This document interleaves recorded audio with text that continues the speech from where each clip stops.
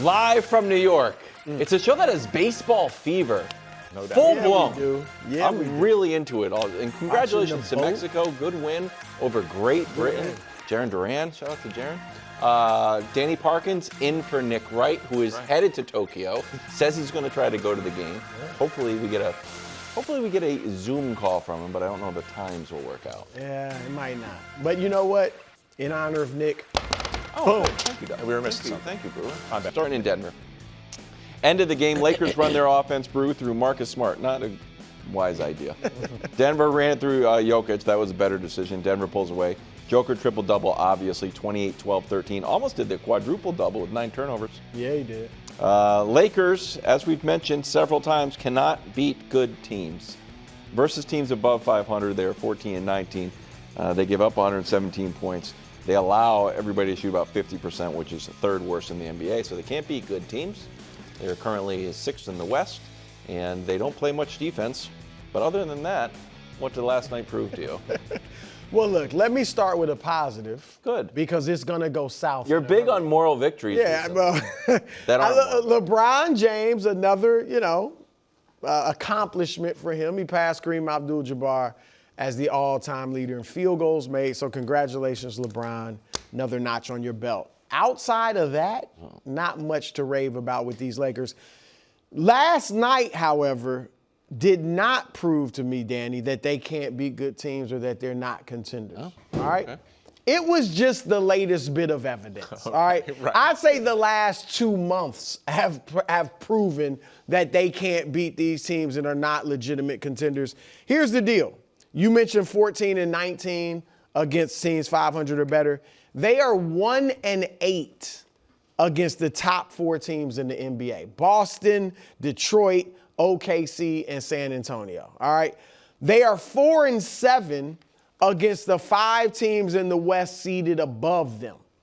And they're actually 0 and 3 against Phoenix, which is right behind them and chasing them. So they're just not on contender level or the level of a contender. And look, we all know about the defense. Last night, offensively, because Denver's not really good defensively either, the Lakers shot 52%, shot 42% from 3, and still lost. Why? Because Denver shot 52% and 45% from 3, but also Denver got to the line 31 times. That's a poor defensive team constantly fouls and stuff. So Denver gets all these free throw attempts. That's really the difference in the game. They doubled up the Lakers in terms of free throw attempts. So, yeah, the Lakers, we all, look, the big three can have good nights together, but their games don't really mesh. They defensively, we know they struggle. And I also think that their culture this season, almost accidentally, but because there's been so much focus, whether it's in the media, a lot of that coming from talking to people in the organization, that they're focused on next year and, we're going to have this cap room to really build this team around Luka that doesn't fit.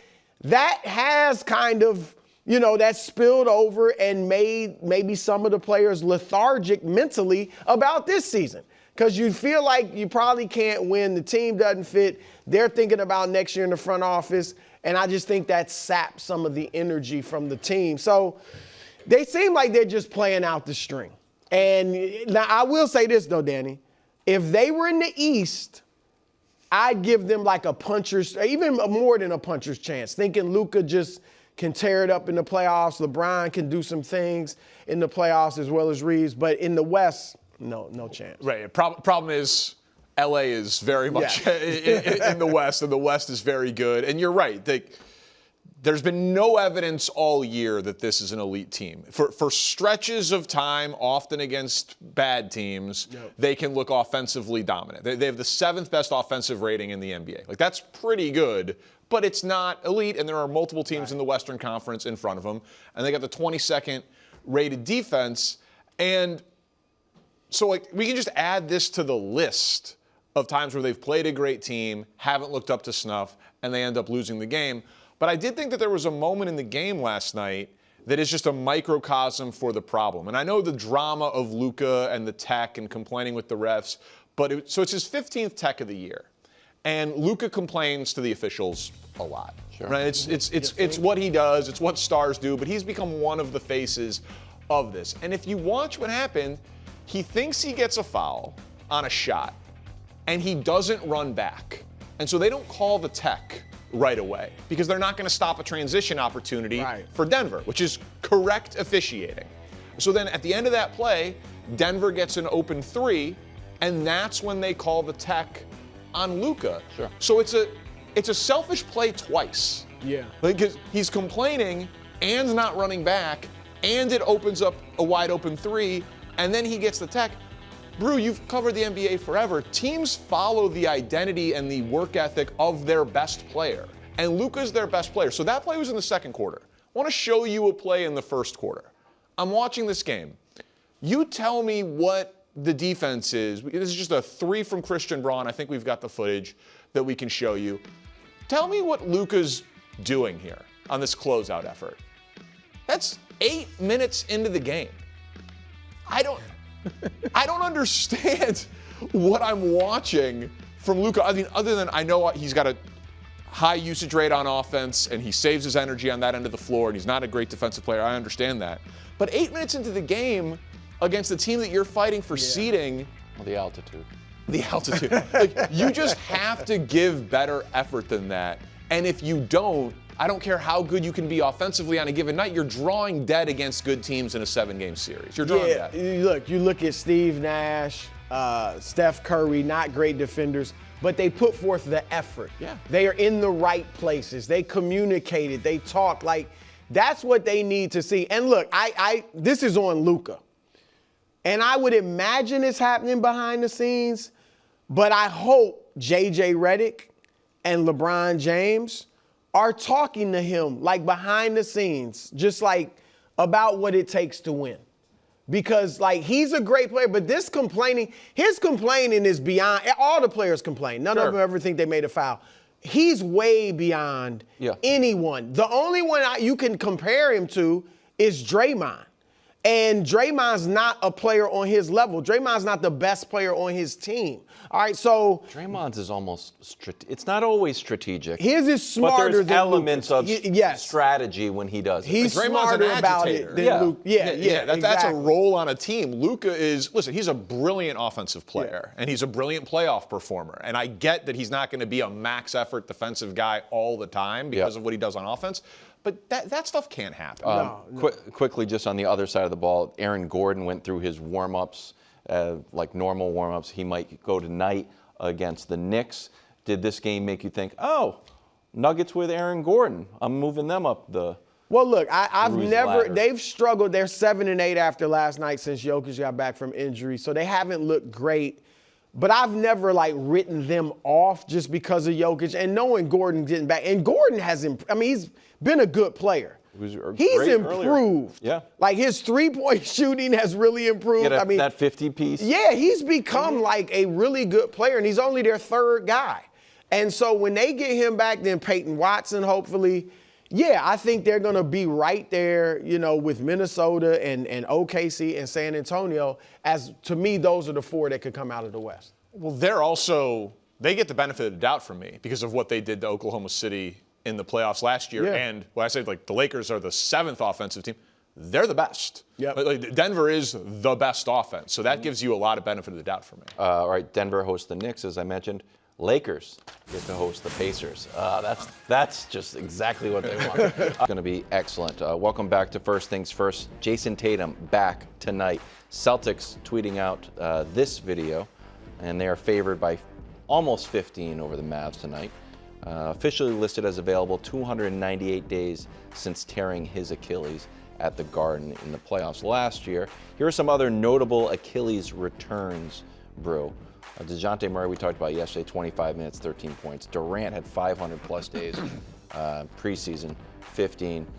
Boogie Cousins, never quite the same, 14 points. And then Kobe, 28 minutes, 9 points, obviously much older in his return. So what are your expectations tonight and moving forward for Tatum? Well, I'll give you another one, not the actual game he returned, but Dominique Wilkins. Yep. All right, Dominique was 33 when he returned from the Achilles injury and came back, and that season averaged, and he came back in 283 days. Yeah.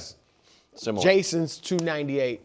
Averaged 30 his first year back, Dominique. The next 2 years, he averaged 27. So I'm going to be honest. I'm not saying so much tonight. I expect Jayson Tatum to play well tonight. I'll be interested to see if he starts. I don't think they've announced that yet. I would start him. I think with a guy, and no offense to like a Baylor Shireman, like you can easily move a guy like that out of the lineup, or Sam Hauser, whichever one you want to choose, and put Tatum back in, and it doesn't really disrupt things. But he's Jayson Tatum. He's a superstar. He's a champion. He's all NBA. I think I'm not going to call out the Celtics if he doesn't start, but I think he should start. You see that he's never not started a game? Yeah. In the NBA, it's wild. Yeah, so I Probably think in his life. Well, they put the Olympics. Other than that. Stinks. But I expect him to play well. I think people are going to be surprised at how, again, not so much tonight, but just going forward over these next 20 games left in the regular season. I think people are going to be surprised at how well he plays. Wow. I'm not saying he'll totally be at the form he was last year, but I think he'll be close enough where he's playing like a star, if not a superstar, but like a star. This warms my heart, bro. I like this a lot. So, last year before he got hurt was the best we'd ever seen Tatum. He's obviously a great player before that, but he was aggressive, guarded the other team's best player, playing with, just impacting his will on the game all the time. Before that, one of the few criticisms that I thought was valid of Tatum was sometimes he would float a little bit. You know what I mean? He would just kind of coast. Jaylen Brown won Finals MVP, I think in part because of it, because Jaylen Brown was demanding the ball in those finals and all of that. And I wonder if we're going to see that 2 years and prior version of Jayson Tatum for a while. Jaylen Brown is second in the NBA in usage right now, behind Luka. The ball's in his hands. He's an MVP candidate. They've been playing amazing. And I don't know that you want to rock the boat with that immediately. I'm all for bringing Tatum back, and Tatum is obviously necessary in order for you to win a title. But at the beginning, I could see him not drawing a lot of fouls, not attacking, but being more of a catch and shoot, a little bit more of still a valuable weapon. But just get into the flow, get your legs under you, catch and shoot some threes, kind of play three-point line to three-point line, and kind of ease back into the game, and where it'll appear a little bit more passive from Tatum early, just to work him back in. Brou, I made a list of 3 things I don't want to see. A top 3? Top 3 things I don't want to see. Number 1, nightmare scenario, grimacing. Grimacing always. I'm with you there. Yeah, that'd be bad. Number 2. Getting blown past off the dribble, Dusty said, looking like Luka. Unfair shot, Dusty. But is his I think he'll be able to shoot from today and for 30 years. I think if you get him the ball, an open look, the shot will still look pure. Are they going to attack him off the dribble, and does his lateral movement, does he look different than he used to? You got to test him. I mean, if I'm Dallas, that's what I'm doing. Let's test him. Obviously, you don't want him to get hurt or anything, but you want to test him to see if he still has that lateral quickness. And the thing is, as much as he's been playing 5-on-5 in practice with G Leaguers and things like that, the speed of the game is going to be a bit surprising. Yeah. And so that's what you want to do if you're the Mavericks, is test him in that. But look, I think we know on the Celtics, it's about effort defensively. And I do think he's going to give the effort, and I think their team defense will be good. People will help him out when he needs it. So, like I said, I expect him to come back and play pretty well. Can I give you my final one? Yeah. A close game. Really? This should not be close. The line's 14.5. The problem was, and the Mavs are on a back-to-back. The Hornets were on a back-to-back. Went into Boston and just were they more energetic? Are you worried about Boston tonight? I do not think it's going to be the Boston Tatum party like everyone else does. I think the Mavs are like, oh, we're the team you guys want to come back against. We're sort of the Patsies beat up on the Mavs. I also think if we're talking about superstars rising to the moment, Cooper Flagg is from Maine. He's a Celtics fan. This is the only arena I went to as a kid. I could see Cooper Flagg stealing Tatum's headlines if he goes crazy. There's all this talk of like, why wouldn't I want to play for my team? And were the Celtics going to trade up, or are we waiting out the contract for him? That'd be fun. Well, I would think. Very interesting. Here's the thing. That makes sense. But the Celtics coming on, they got beat down by Charlotte from buzzer to buzzer.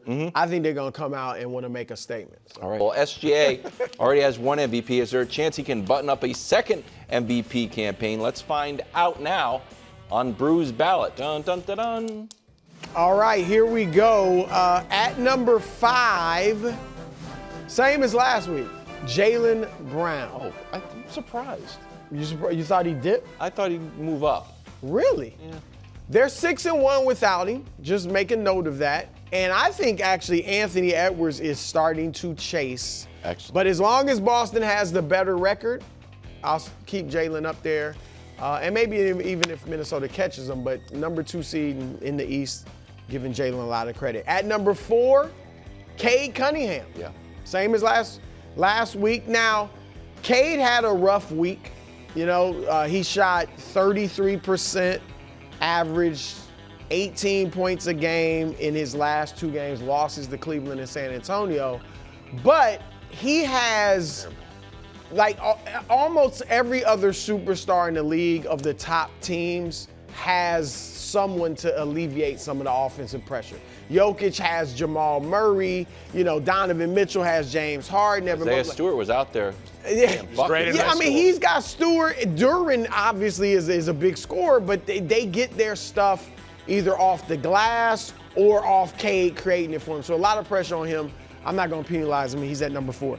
Number 3, Wemby. All right, again, this so far, same as last week. Wemby could get it. If Jokic and Shea have a dip, or obviously if they miss too many games, then Wemby is right there. If he has a lot more games like last night, I'll say this, Danny. If he catches OKC, if the Spurs catch OKC, they're 2 back in the loss column, and obviously they have the tiebreaker, having beaten them 4 out of 5. He could end up getting this MVP. All right, at number 2, this is where the switch is. Jokic, my leader last week. I moved him down to number 2. As I've said, they're 7-8 since he came back from injury. But this is what really made me make the switch this week. They may go back and forth on the ballot. We talked about why Denver's the 5th seed. Obviously, OKC, and you can put Shea up. He's number 1. OKC is the number 1 seed in the league, not just the West. Denver's the 5th seed in the West. And a lot of people, including myself, have pointed out their injuries. All right? But Aaron Gordon, their 3rd best player in Denver, has missed 40 games. Well, Shea's 2nd best player, Jalen Williams, has missed 48 games. All right, and they still have the best record in the league. They've had other injuries as well. Jamal Murray's played all but 5 games. So Jokic, I know there's been some injuries, but Shea has been hit just as hard by injured teammates, and he's carried his team to the best record in the league. So that's why I had Shea number 1. But so, it sounds like it's a three-man race, because if you think I say for number 1, unless for number 1. They miss all, they sure, all 3 of those 65-game threshold is put Right. over here. But in terms of assuming they all hit it and are all eligible, because the fact that Wemby's only 2 back. So if you think that if he would flip all the way up to 1, or at least really be in consideration for that, that's going to be a wide open MVP race if other people share your logic on that. Is Ant going to knock out Jaylen Brown, who has carried a team to the 2 seed? Possibly. When everyone else thought it was a reset year. Not necessarily, but possibly. Just saying. The Possibly. Celtics could have easily been Pacers North, and nobody would have complained. Nobody would have complained, But he's like, you know what? Actually, we're going to be the 2 seed. Jaylen is playing He's been great. Right? He's their own, and I know there's now starting to be some talk about, they're winning without him. They're 6-1. They're winning. I think they're, plus minus is superb when he's not on the floor and things like that. But he is their only guy averaging more than 18 points a game or more. Yeah. All right, so he clearly, make no mistake about it, he's carrying the team. He's averaging career highs in points, rebounds, and assists. So I'm not taking anything away from him, but I think more is on Cade as far as carrying that team, just because he has to create all the offense. The system doesn't create it for him like there's some of that going on in Boston. I mean, the truth hurts. I don't know. Where you think Jaylen should be? I think he's got an argument for one. Now that I think about it, now that I'm like sitting on my your argument is they could have been terrible. Thanks for watching. Subscribe here to get more from the show and to check out clips from other shows on FS1.